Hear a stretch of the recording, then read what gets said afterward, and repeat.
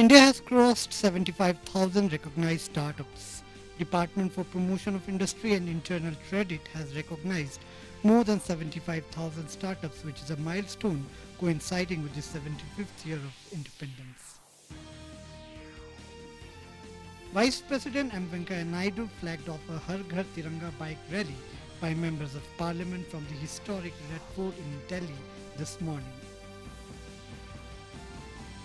India will have road infrastructure like America by 2024. 26 green highways are being built connecting different parts of the country to create robust road infrastructure.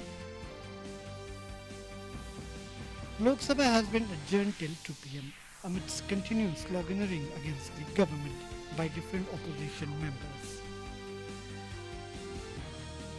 PT Sopni, MLA of Maulai constituency, has questioned the MLAs of All India Trinamool Congress for not raising the issue of ILP in their protests at New Delhi recently.